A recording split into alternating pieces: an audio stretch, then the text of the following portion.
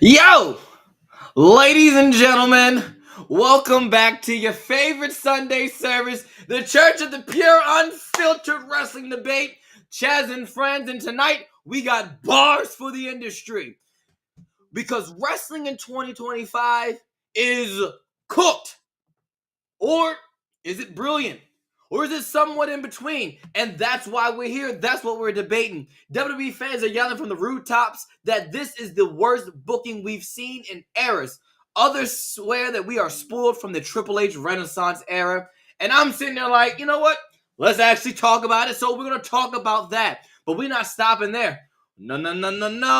TNA is out here giving Mike Santana the world title, the keys to the kingdom, and then they're snatching it back faster than a Baltimore auntie grabbing her good Tupperware. But what does that really say about their creative direction? We're diving into that, and then blood and guts. The women has made history. The men got 5 stars, but which match meant more for AEW? That's the fight we're talking tonight. So buckle up, pour a drink, responsibly, of course, but cause tonight we're hitting every corner of the wrestling universe with zero filter. This is Chaz and Friends. How about you boys? The following program is a collection of idiots talking about happenings in the sports entertainment world. It is meant to be comedically informative. The opinions expressed on this show does not necessarily reflect the beliefs of their peers, their bosses, platform, or whatever network they are on. There may be some out-of-pocket things said on this show because this is how we talk to each other. If you are young, please seek permission before watching any further. Your homies. The 3 Count Podcast. P.S. Please do not sue us. It's your boy, your nephew, your cousin. It's the Don. Chaz Evans here, checking out the hottest podcast in the world, the 3 Count Podcast.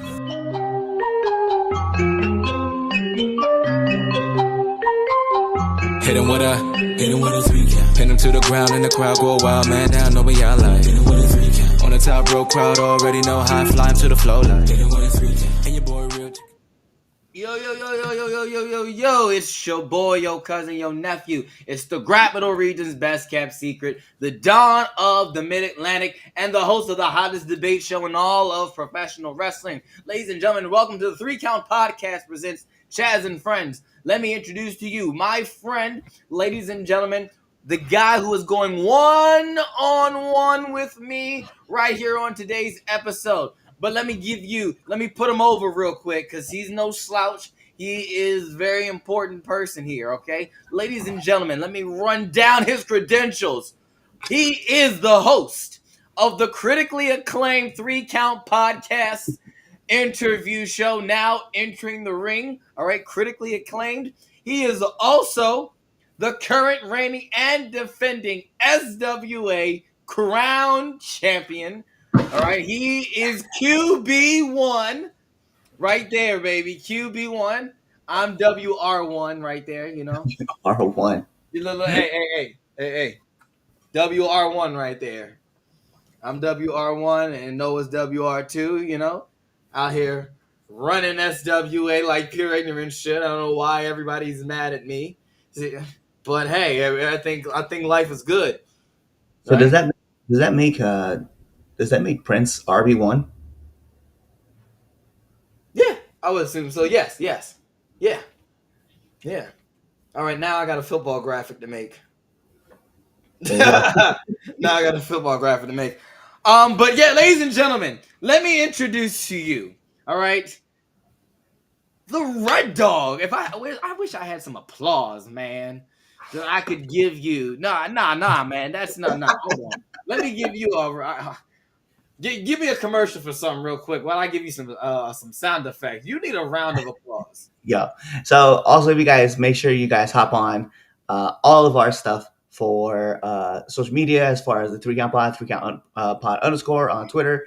Also, go through and buy all of our merch because that's the Red Dog. Yeah, and go through and buy all of our merch on prowrestlingtees.com. You guys can find our stuff on foryourwear.com if you want the new and exclusive stuff that's going to be coming out with our stuff. And then, yeah, buy our merch. Tell your mom about it, your dad about it, your aunties, uncles, brothers, sisters, cousins, your grandmas, your grandpas, your best friends, and your enemies because we love haters too. So do all that stuff and show some support because, it matters.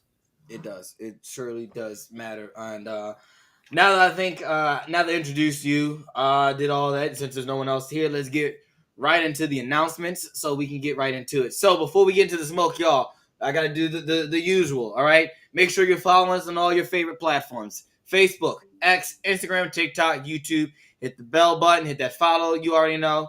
Hit everything. If you want to, you can hit my Cash App, but we'll talk about that off the air. Also, make sure you buy some merch foryourwear.com. That's where all of our recent and current merch is at. So you can get a Red Dog and Friends. I think we don't have a Red Dog and Friends, but we will have a Red Dog and Friends shirt. That's coming out whenever I can get a design made. But there is a Damien Don't Be a Dumbass shirt with his Dumbass of the Week segment. There's the 3 Count logo. There's I'm going to put this up as wait, I can't be. I don't know where it's at. But the the SWO shirt is going to go on For Your Wear. I don't think I can. I think we can do that. I think we can do that. So yeah, that one's. I think we can do it until we get told we can't do We it. told can't. Doesn't it fall under parody? I mean, could, right? I Small mean, world no one else order. is using it. Okay, fine. So we'll that one's pending, but definitely go on our For Your Wear page. Go to collections. You'll see the 3 Count podcast. And yeah, go buy some merch. We're if you want to get our older designs, our pro wrestling tees shop is still up there. Specifically, so if you see someone like this shirt right here, this vintage 3 Count shirt, you can get that on Pro Wrestling Tees. We decided we're not going to close it down just so that we can keep those old stuff. So if you want to get the old stuff, that's exclusively there. But anything new, recent, the hot and fresh new stuff, that's going on For Your Wear. You got to go there to get all that. So definitely do that. foryourwear.com. Trying to think what else is there. Oh yeah, the content schedule. If you didn't already know, you're watching this live. So you already know that you need to be here on the proper appointment at between 6 and 6:30 p.m. All right, to check out the live debate show. Monday, you're getting one of our topics. Tuesday, you're getting the live show. Thursday, you're probably getting the Villains Lounge when Damien's not being mad at me. And then on Saturday, you're getting a interview from the critically acclaimed, now entering the ring, Red Dog. Can you, if you got off the top of the dome, some interviews coming up, some good ones that people haven't checked out yet that they probably should check out. Yeah, so you have a couple hidden gems in there. The Big Trouble Ben Bishop one, definitely from the first our very first episode that we ever did. You should definitely go check out. TJP is still up there too. He was our 50th guest. You can definitely go check that out. Flip Gordon, another person that we don't really talk about as much on the show, but definitely rocking things over at CMML. So definitely go check out him there. And there's still a lot of people that we're still trying to work with and get brought onto the show. So there are more things coming down the pipe. So just be ready for that. And yeah, don't worry because we haven't forgot about now entering. It's just scheduling and stuff like that. It gets tough, man. So we want to make sure that we're respectful of everybody else's times and stuff like that because obviously all that matters. So yeah. All right. So, all right. Enough of the announcements. You already heard the topics. We're going around the world. All right. We're going WWE, TNA, and AEW all in one night. Eras, missed opportunities, 5-star chaos, all that in between. Let's get started with some debates. But before we get into a debate, let's talk about the temperature. And with that being temp check. Oh So, yeah, we can't put the graphic up right now. oh, you can't do the temp check graphic with this little design? Yeah, with this new little design. Dumb. That is dumb. Like I feel like you have to make a scene and then just make it as the two like that. I feel like that's probably and we're not doing all that. New program. So We'll figure it out. yeah, we'll figure it out. But anyway, temp check. For those of you who don't know what temp check is, that's where me and my friends we give you our hottest and our coldest wrestlers going into this week, and for a bonus, we give you our match of the week. And let's do it. I'm gonna start it off by saying the AEW Blood and Guts match will always be great. I feel like, and that's going to caveat into our last debate topic, but I want to say, just put that out there, they will always be great. But there is significance of being the first. And for the AEW women specifically, this was their put up moment. And coming out of that match, I really felt like, all right, I know who's the power players. I know my like the playing field of who's the head, who's who in the AEW as far as the women. You know what I'm saying? And man, that was a great match. Was it violent? Absolutely. Oh, buddy. They didn't waste time getting bloody. And it was great. Like some of the spots they did, I thought like never seen before.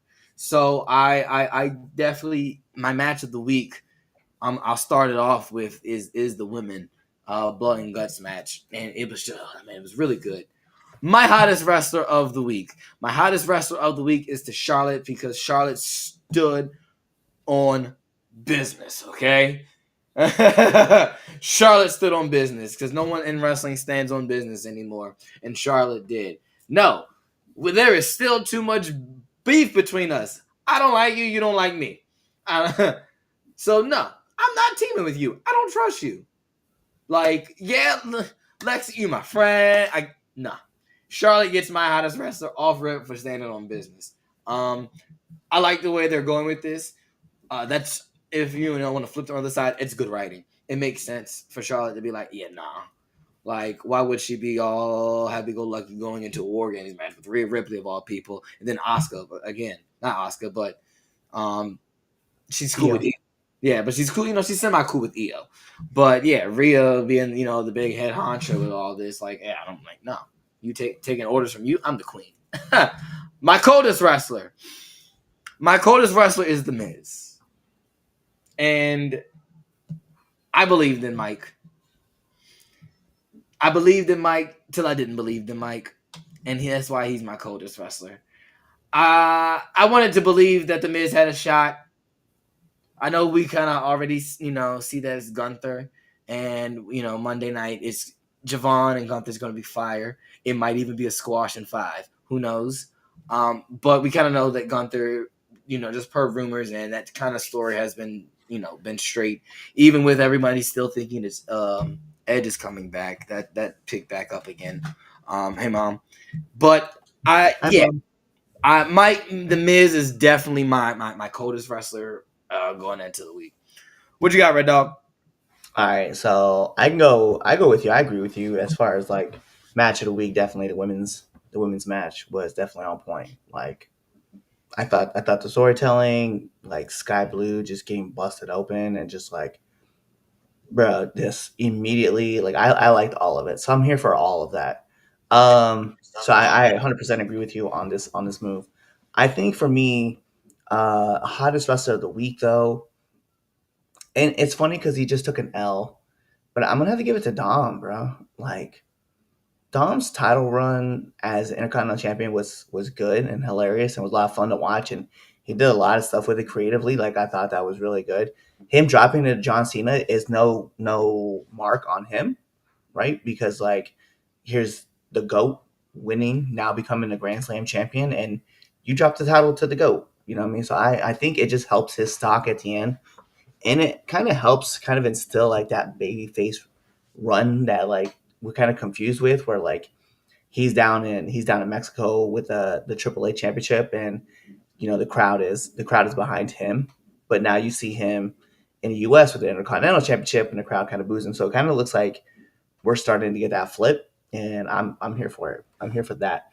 As far as coldest wrestler of the week, I'm gonna be fair, bro. I gotta give it to WWE creative, not so much The Miz, right? I get it. Jey Uso is you're one of your hottest wrestlers that you have going on right now. My problem is that you just kind of fed The Miz to Jey Uso, and The Miz needs to have a little bit more respect on his name because last time I checked, only one of those guys in the tournament has beaten John Cena in WrestleMania in the main event, and it wasn't Jey. Like Jey Uso pushed John Cena out into Royal Rumble. Like, okay, you won the Royal Rumble over John Cena, but The Miz beat him for a 3 count, like, and retained that title. So I think it's not fair that we're just gonna do that kind of thing and just be like, all right, well, it is what it is at this point. Like the Miz is the only 2-time Grand Slam champion in the WWE and the only person to beat the GOAT in a WrestleMania match. Like I think, well, outside of The Rock, I'll be fair. I just think that you need to put some more respect on his name, and you know, you kind of owe it to us to make sure that the Miz is not one of those guys who's a forgotten player, but he's one of those guys that, like, when you need someone to step in, he's the guy you have to step in, and he can handle it. So I just think it's disrespectful what they did with him losing to Jey like that. So can I be honest with you? Mm-hmm. Just to go back to the John Cena and Dom, I don't like it. I don't like it. When I found out, I'll tell you like this. When John it was announced that John was wrestling Dom, off rip, I was like, all right, cool. I knew he was dropping it. I knew he was dropping it when WWE posted like, hey, check out Dom's incredible such and such run. Like when they do that and they say, hey man, you see how good they've been running as champion? That you already know what's happening. If not that very night, what's coming soon. So that already was a giveaway. I get why we did it, and I'm not mad at, and I don't want to say I don't like it because I hate that it was at Dom's expense. I think that's my gripe. It was at Dom's expense. I get that we wanted, like bump it. It's John's retirement tour. Let's just throw everything away, throw the rules, it's John's retirement. I understand that. I get it.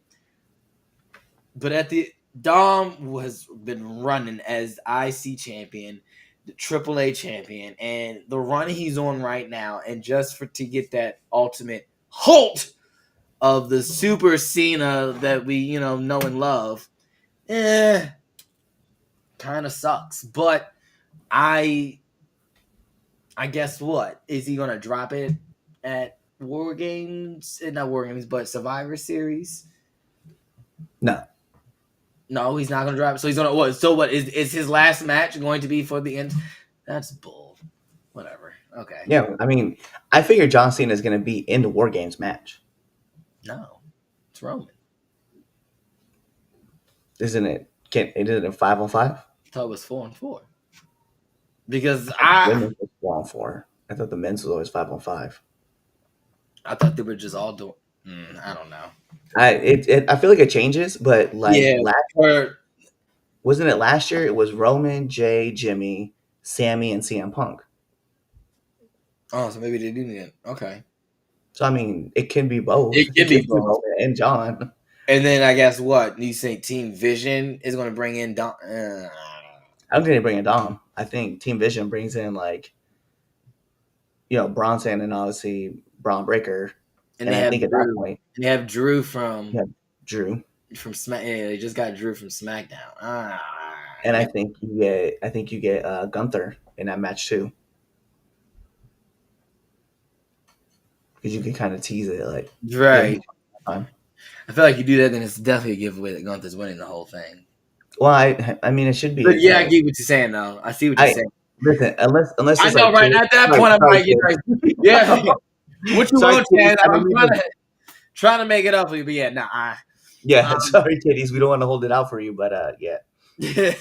All right, let's get into it. If let us know what you think. Who's your hottest, your coldest wrestler of the week, whether you agree with us, whether you disagree with us, your match of the week. But those are just matches we like personally that you should definitely go out your way and check out.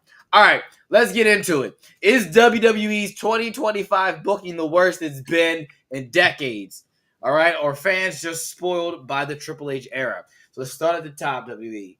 So WWE, because the streets, which the streets are not really the streets, the Twitter app, the X app, they're saying that the magic is gone. All right, people are comparing 2025 booking to 95 to 2010, even to 2019. All the years down.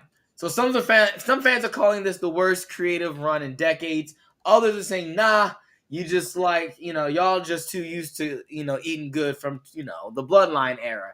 And now you don't how to understand a slow break. But let's answer the real question. Is WWE actually falling off, or fans spoiled because Triple H raises the bar too high? What do you think, Cliff? Start us off. What do you think?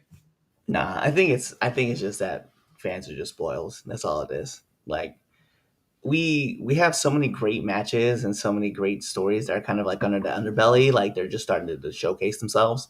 And I think just people are just too much under the idea that they got to have the Amazon Prime feel. It's got to come to them now. And then if it's not to their satisfaction, then it's the worst ever. And I don't. And that's not fair. That's not fair because like not everything can be picture perfect 100%, like everything that you want, because if you get everything that you want, nothing feels special. So seeing someone like Zack Ryder reappear, by the way, I hated that they referred to him as Zack Ryder, because I get it, Zack Ryder is a more popular name, right? People know Zack Ryder. People don't really know Matt Cardona. And if you're in a specific niche of the wrestling world, you'll know who Matt Cardona is, which a lot of people know. But you literally had this man on NXT 2 weeks ago as Matt Cardona, and then you brought him back as Zack Ryder. I was like, ah, cheapens it. But anyway, but then you get those kind of surprises where Zack Ryder returns, AJ Lee returns. We get all these cool little stories that are being told, ins and outs, and I like it. I like it, and people just need to learn to like hold off and just let things cook. Quit quit thinking that you need to grab everything's got to come to you right away. And I don't think that the booking is lazy. I just think that people are booking the show how they want it to be booked and not how it is actually being booked. All right. So I I like to give caveats before I give my answers because I do have the more prep time for everyone with the show because I come up with the topics based off the stuff I see online and everything. So I kind of have a longer time period to really think and flesh my thoughts out. And this topic was basically I saw a tweet that pretty much had said that this like Triple H this the booking so far this year is literally worse than it listed 2010, 95, 2019, which everyone knows is by far the worst thing ever. So I always laugh when people try to compare anything to as bad as 2019 because I was steadfast, watching at that point and brother, it was bad. It's not falling off. Like I don't, and I, it's not falling off. But I gotta keep it 100. The product recently hasn't been all that great. All right, and that's my take. It's like no, it's not falling off, but it's the product's not good. It's not all, but it's we're not in this isn't the worst. This isn't the worst booking in decades. Okay, No. that's the most over exaggerated thing I could ever have seen online as far as the booking concerned. Like it's not 95 bad. It's not even 2010 bad. They're nowhere near 2019 bad. Okay, the machine is still moving. The roster's still stacked, and the baseline quality is higher than people actually kind of want to really talk about. Like the stuff that WWE is like, as far as just the base is your Monday Night Raw. That is the base of quality, and you gotta be real from a whole other standpoint. This it's really really good quality. But all right, but post SummerSlam and really I'm gonna be nice and just say post SummerSlam, but you can make a case for post WrestleMania, right? Like nothing really has been hitting. The only thing that's really been hitting coming out of the WWE camp has been the TNA NXT stuff, and even that is just eh. So some of the come on, man, some of the stories feel flat. You have to admit the Drew and Cody thing and story flat. Some of this stuff is directionless. Like, don't give me. We already talked about how John Cena and Dom was predictable. Like, it's not. This stuff has not been good. But is it falling off? Comparing it to 2019 and Big Dog before, like in Big Dog Roman and the dog food, and comparing it to when we 2010 when we were dealing with Wade Barrett and Orton on SmackDown and no, calm down. Don't believe the wrestling chatter. It's not that bad. It's bad. it's bad. It's bad, but it's not that bad. And that's my stance. Like the creative Triple H is like it hasn't collapsed yet, but like we'd be lying to say that Triple H is cooking. Like to say that Triple H is cooking is a lie. It's a lie. You're laughing at me, but it's a lie. I am laughing. I am laughing at you. It's because a like lie. no, because like what happens? What Okay, do you mean? No. let's just throw out Throw like, out what? John War Cena's Games. retirement tour. No. When you look at it in entirety, when you look at it, it is literally what the fuck? Man, just do your fucking thing. Just I don't know, man. There's been like there's been a lot of things that popped off, and it's like a good reset with the What? baseline. What has popped off since WrestleMania? Well, first of all, the rise of Jacob Fatu. That was no, absolutely not. And I will discredit that because that was already happening before WrestleMania. So No. no, sir. No, sir. No. Next, try again. No. His rise was from War Games when he was injured and he was still out there every week on SmackDown. The women's Try division, again. the women's division coming along. We got Charlotte, and you just mentioned Charlotte and Lex, like their whole thing. Rhea, But that's not like, that's baseline though. The Charlotte and Lex and Alexa Bliss is baseline. that story was better a great be story alright. being At told. least halfway decent. No, sir. Go ahead, take your take. I've been taking up your time. Go ahead. The we have the EO Mute my mic. the EO situation with the Kabuki Warriors, and then we have Rhea getting mixed into that. I like that story. The rise of Jade, right? The real rise of Jade, not like this thing that's been going cooking in the background with the Bianca Belair situation. No, this Jade's real like rise. Tiffany Stratton's undefeated streak, right, going on, and then finally it breaking down. So we're gonna end up watching her turn next year. It's gonna happen.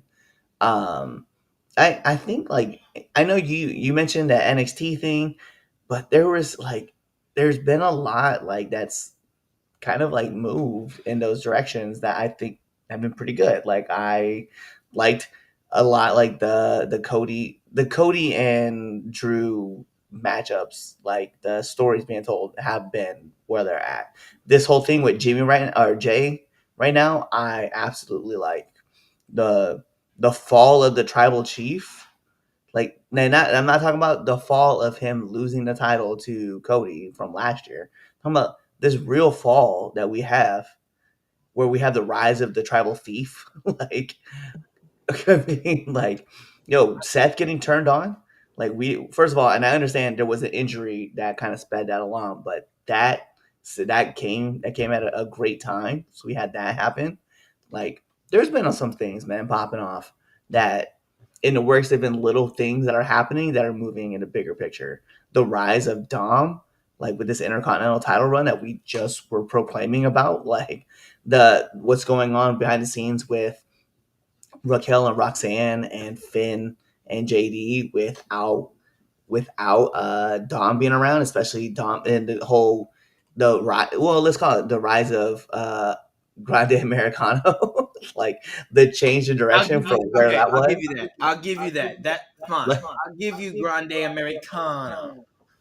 So I mean, there's things that are happening inside that I like watching. I mean, it's literally like watching the Rubik's cube right now. I'm kind of just like watching the whole thing kind of play out. I I hear your point. There is a lot of duds that are happening, but to say like for people to say that it's 2019 booking, that's insane. It's absolutely insane. Also, I'm very intrigued with what's going on with Bailey. You know what I mean? Like we have like the shifts in characters that are happening too with that situation too. Oh, So, right. What our truth was doing. Did they just decide but to? yeah, what our truth was doing, and then Yeah, they yeah, they yeah. That's bailed, what we're they doing. Yeah, bailed that's on. because that's what the But E. that That was. situation was, I feel like that situation was different though because like I feel like that was Ron and our truth versus like the hugger gimmick, the Karen Bailey, and then like What's that? What do you mean? That's the same. That's two different personalities. first There's of the all, same. Ron is different from our truth. Like we can Right. we can establish that. But Bailey also has another side of that gimmick that she has where like like I said the hugger gimmick, right? Then she had the damage control gimmick, and then she's also had Karen Bailey. Ding So dong. we can acknowledge Yeah. that. Yeah. And so there's like more gimmicks that are like kind of tinkering and getting played with at the same time that are all battling out. I like the story. I like where it's headed. And then let's not play like the tag team division didn't have like a fun story that was going on with all the teams, including the Wyatt Six, that was happening. That everybody was fighting for the tag titles. Everybody was getting wins over everybody. That was like making bigger matchups. And then we got this fire TLC match that went on. Like, I mean, come on, like we can't sit here and down this product because we're like, man, it's too predictable. Shut up, bro. Most of y'all are sitting back here thinking that Edge was coming back to face against LA Knight. We found out that it's Zack Ryder. We all knew They're it a bunch was. of idiots. And I saw something earlier too that it said that there has never been any discussion of Edge being in John Cena's retirement run at any point in time, and he's not going to happen. And it's starting to bother me really bad now when I start to see is like when people be like, "Who's this guy?" Like I think there's now people are trying to guess who's going to be Solo as opponent on Raw, and I like to scroll see what everyone says and everything, and someone, sure enough, puts a GIF of Edge. It's And there not. are people liking it, which means that they agree and they think with their human mind that Edge, who works for the enemy, despite what people say, the competition. No, no, So let's no. let's play it out. Who do you think is Solo's opponent on Raw? If I had to really, it's Roman. I think it's Roman. Yeah, pretty good one. I like that. But this comment, I know we're being funny, but as the year ends and that event in January shows up, this looks a little more true than anything. I don't know. Maybe and then hey, maybe Jericho knows like the intrigue is out there, which is why he's keeping his mouth shut and not saying anything or swaying anything. And man, I don't know, but I'll put my thought out. Roman it would be my go to. That's a good one. I like that though. I mean that's fair, and that should be.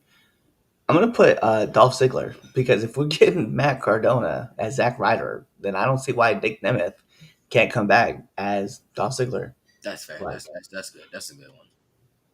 yeah, I mean, why not? I mean, at this point, if that's the idea that we're gonna do, I mean, he's right there, and he has history with John Cena, so You're right. fair. I like it. All right. Final thought on this. Nah, Is it? I Yeah. think Is it falling off? nah. Nah. Yeah. People are just overreacting. Yeah. Complete overreaction. Look. I was there for 2010. Okay. I was there for 2019. I wasn't there for 95, but I was there for 2010 and I was there for 2019. And those were bad. Didn't know 2010 was as bad living it, but going back and looking back at it, 2010 was bad. 2019 was bad. I knew it was bad, and I lived through it. And I kept saying this is bad, and which is why AEW was winning. But yeah, no, it's not. They're not. Yeah, no, it's an over exaggeration. We're not there yet. We're not there yet. That's my final. We're not there yet. I see some of the comments on this real quick. Just want to know, so pull them up real quick. So we'll start with this one. Injuries have played a part in the booking. No Gunther, no Fatu. True. Yeah. I definitely think we would be getting a Fatu and Cody storyline instead of Drew. Yeah. Too much Drew, too much SWO, and other constant interferences in matches. That's also true. It does happen a lot, like especially with that women's match, with the tag matches and the Kabuki Warriors, and we had Lash Legend involved, which, by the way, I was there for. I liked seeing Lash and Nia Jax. I like that partnership. This is gonna be fun. I'm indifferent. You know how I feel about Big Oof. Yeah, but as long as she's, I mean, it kind of seems like this is like going to be the new mentor role, so I'm kind of here for it. So Jericho, LOL, Cena versus Gunther. I mean, we know that's what the matchup's going to be for the Intercontinental Championship. Because I mean, you're gonna put the title back on Gunther, and I think this is the way to do it. And no Bianca. This is also fair, you know. Yeah, and then handed that coming, and I know I said last week that's probably one of my winners to win. And somebody on TikTok had pointed out that hand injury that she has really been bothering her. And I think she did an interview. I think for what it was, I don't know what it was now. Darn, hopefully, but whatever the interview that she did, she kind of went into detail about it, and it's her knuckle that she had broke. It's not her. She didn't break her hand. She broke her knuckle. Which is why it's taken there really hasn't been an expected timetable for her return, because that knuckle, I didn't know it was her knuckle. I know that's a weird thing that's a weird break. So big yeah, like that's a ow, oh wow, so So if you want to see the difference, there you go. That's what your finger is supposed to look like, and this is what my finger looks like. This one's broken, and this one is the normal one. So this is normal, and this one's the broken one. So you've had a broken knuckle all this time? Yeah, this whole time. This whole time that I've known you, had a broken knuckle. That's insane. I've literally known you almost a decade now, almost to a decade, and I've never known you've had a broken knuckle. Yeah. Wow, way to go on our friendship. See, look, PI beef all over again. All right, moving on. All right, so TNA, and look, Mike Santana, he finally climbed the mountain. He finally wins the big one, the TNA World Championship, and then on his first defense, gone, snatched, cashed in on Rolled Up, GM mode punishment, whatever you want to call it.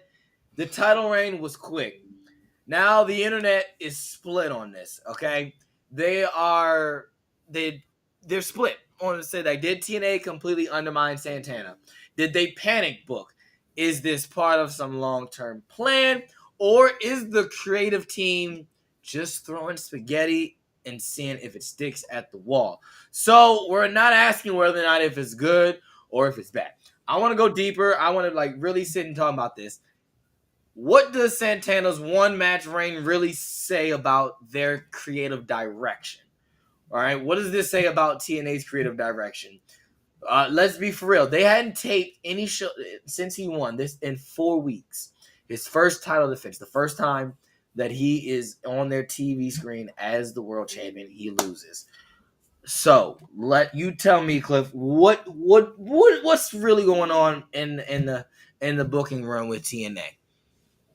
I don't know, man. It's hard to imagine that you'd want to shock the audience with a quick cash in defense, unless like Mike is injured and we don't know that. But the thing is this: he came in on the impromptu tag match at Turning Point on Friday, Yeah, and so I don't know. It's just it's very much it feels much like a Kofi Kingston situation. Like Mike had been battling for this title this whole time, and you built it up, and then finally, like you had to pull the trigger because the crowd was behind Mike Santana the whole time. And then the first moment that you got the chance to, you just ripped that title away from him and put him back in the tag division, which is not cool. So I know TNA said something about like they're putting out those fake rumors or whatever that there's injuries. Could be, couldn't be. I don't really know. I just think it's crazy that Mike had such a short run with a title like that, especially after like Trick had it for so long. Like you just the guy who's chasing after the title, he wins it, and you just give it to the next guy.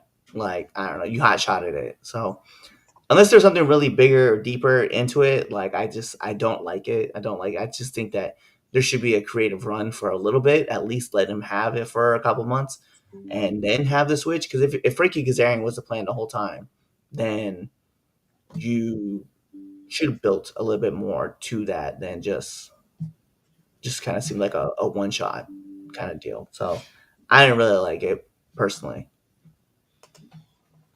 you ready for this? Yeah. You ready for this? All right. Here's my thing. So Santana winning the belt was cool, dog. Like it's long overdue. Feel good moment. Everybody's in, cheering. It's that feel good moment, right, for TNA. But then TNA instantly tried to flip that joint into some Daniel Bryan WrestleMania 30 energy underdog, and like that works, and that's cool when the fire is hot, when the fans are fully invested, when like the momentum is like the rocket is strapped and you're in out of the atmosphere, you're in the stratosphere.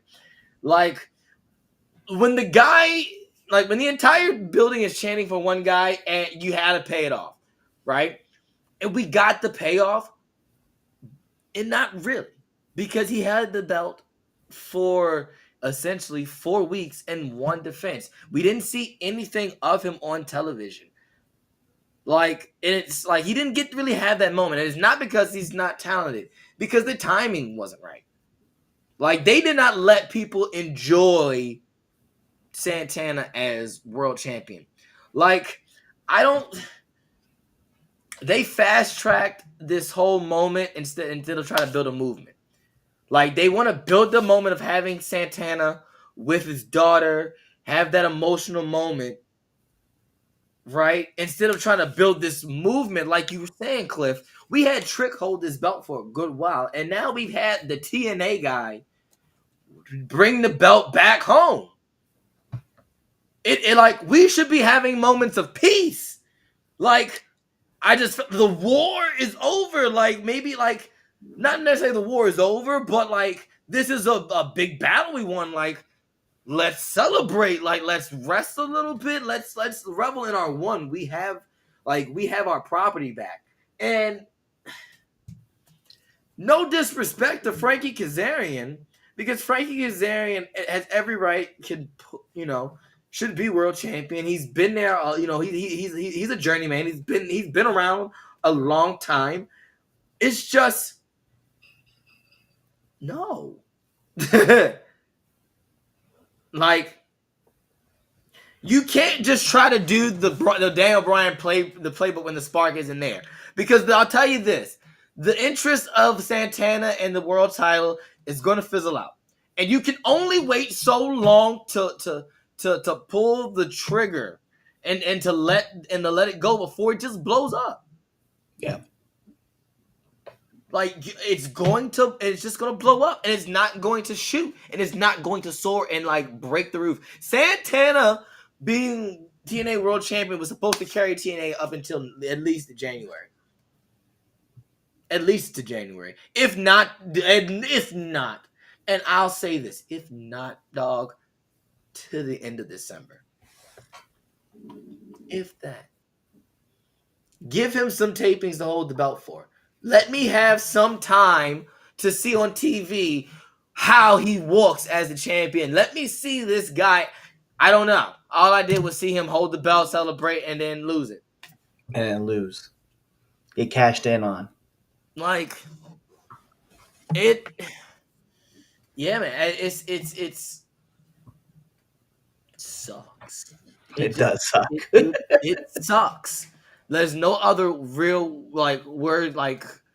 There's no Stephen A. big word I can pull out to say anything just besides it sucks. It sucks. It's not good. I mean, I'm still watching. I'll still watch Thursday. I'll see where we go. I didn't watch Turning Point, and the rumor. If they're throwing out these fake rumors, trying to throw dirt sheets off, and no, it's not working. It's not working. I'm flabbergasted. And then on top of the fact, that Joe Henry it's rumored that Joe Henry signed his WWE contract. You've got Joe gone, so you had your moment with your TNA guy in Santana. You took the belt off of Joe, Yeah. to give to Trick, so that Santana can be the guy to get it back for TNA. But he didn't do it. He didn't do it. So yeah, that's my two cents on that one, man. It's just He wins the title, and then he gets to drop the title immediately, right there on the spot. immediately insane. That was a bad move. And what the comments say? Mom spaghetti. That's it, because you was going off. Oh yeah. All right. Any final thoughts? No, I just think it's unless you have like bigger plans for a longer title run with Mike, this is not cool. It's not good. It is what it is. So, meh. All right. Let's go on to topic 3. All right. Let's do it. Nope, we ain't gonna do it. Nah. All right. Let's get on. Yeah. Here we go. Let's do it. So we're going to AEW. We're going to talk blood and guts. Which match was more memorable? All right. So AEW gave us two blood and guts matches this year. One side, you got the first ever women's blood and guts match, historic, violent, nonstop action, and it literally spiked the entire show ratings. Like that's a proven fact that the women's blood and guts match they drew. So there's that, and then on the other side, the men's match. And I know we don't give Meltzer too much credit, but he gave it a 5-star rating, which gives us that Moxley tap-out moment and pushes long-term story forward. The storyline basis aspect of that match. So that brings us here. Which mattered more? Was it the women's match that shifted the landscape of the women's division, or the men's match that delivered, the star-making match and, that kind of progress this, the storyline against the whole Death Riders. So 2 different kinds of importance. So let's see what we got here. What you got, Cliff? I want to go with. I go with the women's match, bro. Like that was, yeah. I mean, it's weird because you said it shifted the whole dynamic of the women's wrestling, and I don't know if Well, not the women. I mean, more necessarily the women's roster Yeah, as far as AEW is concerned. Not almost necessarily. felt like a almost felt like a we're finally here moment. Yeah, there you. Yeah. Yeah, because it took a long time for this to happen. And we've been talking about the women's roster for AW for years since this company started. And I've been telling people, "Oh, give it time, give it time, give it time." But we gave it a lot of time, 6 years, We six did, bro. years. We gave it time. We We gave it gave time. it. But yeah, no, it finally felt like that is the this is the moment now, right? I mean, we had a lot of badasses in that ring, just going off, and we finally got the right ingredients, right? And I get it, right? You could have thrown some other people in that mix up too, and probably would have been fine, right? But I think this was the right group of women that you needed in that roster. And to be fair, not to be funny, but Mercedes was the right person to lead this group, right? Going into that, Tony was amazing in it. You know, Mina was great doing her role. I think the women's match mattered more to me than the men's match. I really didn't. I'll be fair, man. Like seeing it came out with 5 stars, I was genuinely kind of surprised because I just didn't care about. I care about the conglomeration. But it's just forced to me. Like it's just you're trying to do like the real world situation where it's like seven strangers to get together and blah blah blah blah blah. But that women's match genuinely felt like it formed together for a reason versus like, oh, here's a bunch of dudes together who all have a common enemy and trying to take down like the the Death Riders. So I think to me it mattered more with the women's side of things and throwing in Willow and Marina Shafir made sense because obviously they have the situation going into this too. So there was a lot of stories to be told that made sense, right? You have the three women, the what do they call them, the triangle of death. Is that what it is? The women's, Tekla, Yeah, uh, I feel Bart, spider and Sky. triangle, spider something Yeah, triangle, woman, dark, creepy, scary. yeah. I don't The, know. to I not be think freaked out. But yeah, y'all, but like I said, like those three three, women like I wouldn't take home to mom. Like nah, just freak me out. But those three, obviously, you have that story being told. Chris's story being told that she's the women's champion. Mercedes on the other side, she's trying to get that belt. Like Tony, always just being Tony. Like she's in the business. She's the one that ultimately calls it off because like she's watching her friend get beat up, and she's just being held down because all the other women have been taken out. So genuinely, I think that story kind of vibe with me a little bit more than what the men's match did because I and it's to be fair, right? The Death Riders kind of need a new direction to go in, but the women's stuff is where we wanted to finally see the women's roster to be at, and now that they got some time to breathe, we can actually say like, yeah, this is time. Like this is the time where like the women's roster needs to be locked down and shown off more than give it 50-50 to what the men doing.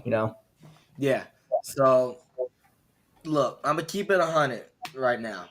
I talk a lot of trash about the AEW's women division over the years. All right, y'all know me.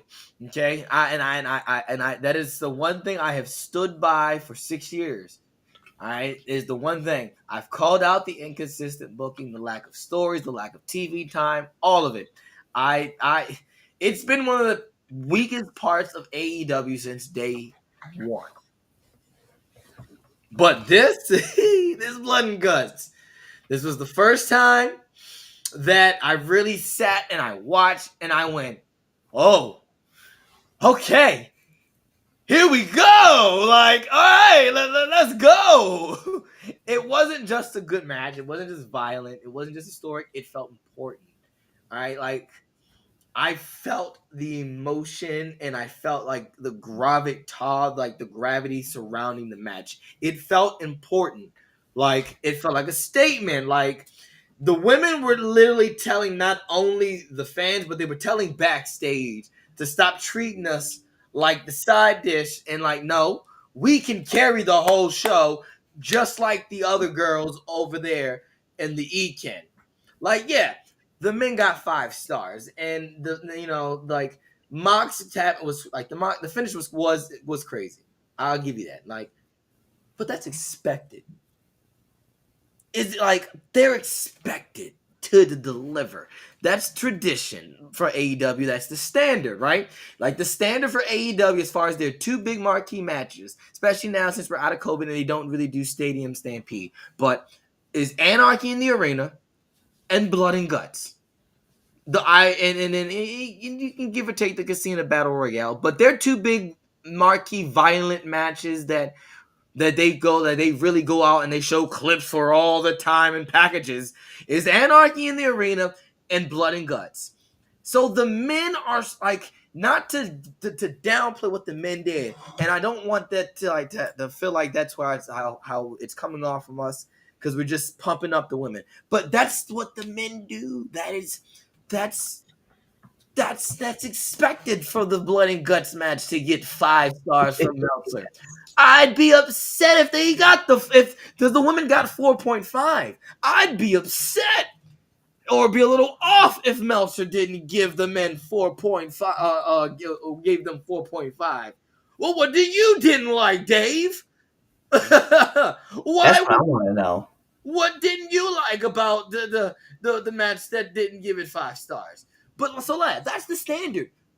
The women walked into a structure and a match that AEW has protected, right?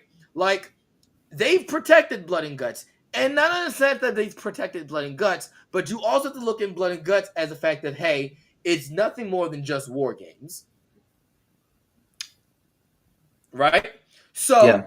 If you look at it that way too, right, and you just include the Blood and Guts match with the whole allure of war games, right? The women walked into that and they proved that they belonged. They proved that they belonged. They raised the bar for that division. They forced people like myself, right, who's been calling out AEW women's division to shut up and enjoy what Tony is putting us on, the ride. Because the match and I enjoyed it. So I really did, and that's why it was my hottest match. It was my match of the week. I'll probably watch it again, and honestly, I might watch it after we get off of here again because I really did enjoy it. But yeah, that the women's match mattered more because it proved legitimacy for the women. It was like they're here. They were done waiting for for everyone else to say, oh no, the women's no, we're here. We're doing this. Here we are. So yeah, that's my stance. I have to say, man, it's disappointing to hear you say that they protected That match, yeah. protected Blood. Yeah, no, they put Blood and Guts on a week before War Games. It's They were always trying around to- this time though. No, They always do it. no, Is it's it not? It's Is not. it not always in November? Did they No. really try to do that to beat Yeah. Eddie? 100% did. They 100% did. They did. Oh, They were trying to they were trying to program and say, "Yo, our show is better than yours, and we're going to give you this match for free on free TV." That's exactly what they did. oh well, guess Because what? They got me. They got me. yeah, yeah, I feel you. I feel you. But like the first Blood and Guts match was actually in like a March time frame, and Shut then up! But I always feel like that's when they do Stadium Stampede. I say, but Anarchy in the Nope. Arena. He's always feel like Anarchy in the Arena is for the first half of the year. They're crazy hardcore, yeah. and then they do Blood and Guts on the second half of the year. That's how I always remembered it. And then hey, Mandela effect, or I'm just Let me. In fact, let me pull it up really quick because I know I had the dates at one point in time. that Um, I didn't know that one. yeah, and it hasn't always been that way. That's why I was like, yeah, no, dude, like that's not how it works Nice. at all. Yeah, so the first one took place. The inaugural event was originally scheduled to occur in March of 2020, but due to COVID, like it got pushed back. So it was Right. delayed and then done in May of 2021. And then in 2022, it was moved to June. before moving to July in 2023, and then in 2025 it was held in November. Oh wow. Okay, maybe that's why, because they just kept pushing it down every couple of months. That's why I felt Yeah. like it was always there. All right. So I'm not too crazy. I'm not too crazy. No, I get why I feel no. like that. All right, I'm not too crazy. But yeah, no, they dead ass like they are looking at November and they saw War Games kind of building up and they're like, hey, we just gonna put blood and guts right here for War Games. Which I felt to me, that's why I was like, yo, felt forced because I was like, yo, I feel like War Games is coming up, and then I saw Blood and Guts. I was like, yo, you guys That's pre-programmed this. But that's I do. But you did bring up an interesting point. I definitely want to know too. Like, I want to know what Dave's critique of the women's match that he was like, yo, this is a 4.5 star, not a 5 star, because if you're gonna tell me that's too violent, then you probably should hold that same standard for the men. for the men, right? Like, what was the worst thing to happen? Like, Chris Statlander took a bump on a bed of nails. Last time I checked, so did Mox. Like, and I think it Yep. was like the Anarchy match. Like, yeah. So I mean, like, I don't know, man. I thought like the it was too bloody for me. Whatever. Whatever. Like, whatever. Like, I don't know what his critiques were that he like downplayed that much, and I didn't read his 4.5 star rating, and nor do I care to read it. I just think it's funny. To me, that match made sense. Everything that was in there was perfect. I thought everything that played out was well played out. I love the fact that Mercedes grabbed all of her titles and was like handing them out just to beat people up with the titles. Like, there was so much stuff that was just like drawn in. I was like, bro, Yeah. I'm here for all of this. This is Yeah. great stuff that's happening. Yeah. So again, I go back to it and I'm like, I don't know like what the miss was. I thought everything had great storytelling to it too. And the fact that the name is Blood and Guts, and we got a lot of blood, we had a lot of people show a lot of guts, and then we also ended up watching, the first ever match go and surrender, and it Yeah. wasn't like, it wasn't to not continue. It was just no surrender. It was just a surrender because, Tony again having to call the match because her team was just getting beat up. Like, it was what it was. But no, I get dumbfounded by the whole thing, and I would want to. Maybe I should go read his review and just kind of see what I think. Was there some clunkiness to it? Sure, because it's supposed to be like it's supposed to Right. be clunky. Like, it's not meant to be like picture perfect. Everything's gonna line up, you know. So I don't know. I just want to see where everything kind of fell apart, and he just called it the 4.5. And I feel like part of it is like he's just grading it because it's women versus men. You know, Man. I said what I said, Dave. Allegedly. But that's our show, guys. Yeah. Yeah, that's our show. Let us know what you think as far as all these topics. Um, I don't know which topic we'll cut. But we'll figure that one out. But yeah, definitely be on the lookout tomorrow. But if you're catching this on our podcast, um, you've already checked it out, right, because this is you're listening to this on Tuesday. But for all my live people here who are watching, shout out to you. Thank you for watching. Thank you for checking us out. Thank you to all of those of you who commented and engaged with us on the debate, bringing out your takes, your opinions. We appreciate it. This show is really a fan engagement show. It works a lot better when people talk back to us. It's cool debating with all of our with each other, but when you guys bring your takes, it's all also as fun as well. Make sure you follow us on all your favorite social media platforms. Okay, hit that subscribe button, hit that bell button, hit that 5 star frog splash review right off the top rope, and like the video, comment, share it. It helps the show when you do all those things. Even if you just like it, that helps push the video out. So thank you so much. We'll see you next week, I think. Right? Nothing. Yeah. Nothing's happening next week. You right? Yeah, no, nothing I'm aware of. All right. So we'll be here same time, same network. 3 Count Podcast. Chaz and friends. Peace. Hey, Chiefs fans, suck it. Hey, thanks for checking out this episode of the 3 Count Podcast. If you like this and you want more 3 Count Podcasts, go on over to our YouTube page, hit that subscribe button, hit that bell button so you never miss when we put out a video. Also, follow us on Instagram, Twitter, Facebook, Twitch, all things social media, 3 Count Pod _ X, 3 Count Pod, everything else. Also, make sure you buy our merch at foryourwear.com and prowrestlingtees.com. Also, you know what? Just watch another video right now. Like, right now, I'm gonna walk away and you're gonna play another video.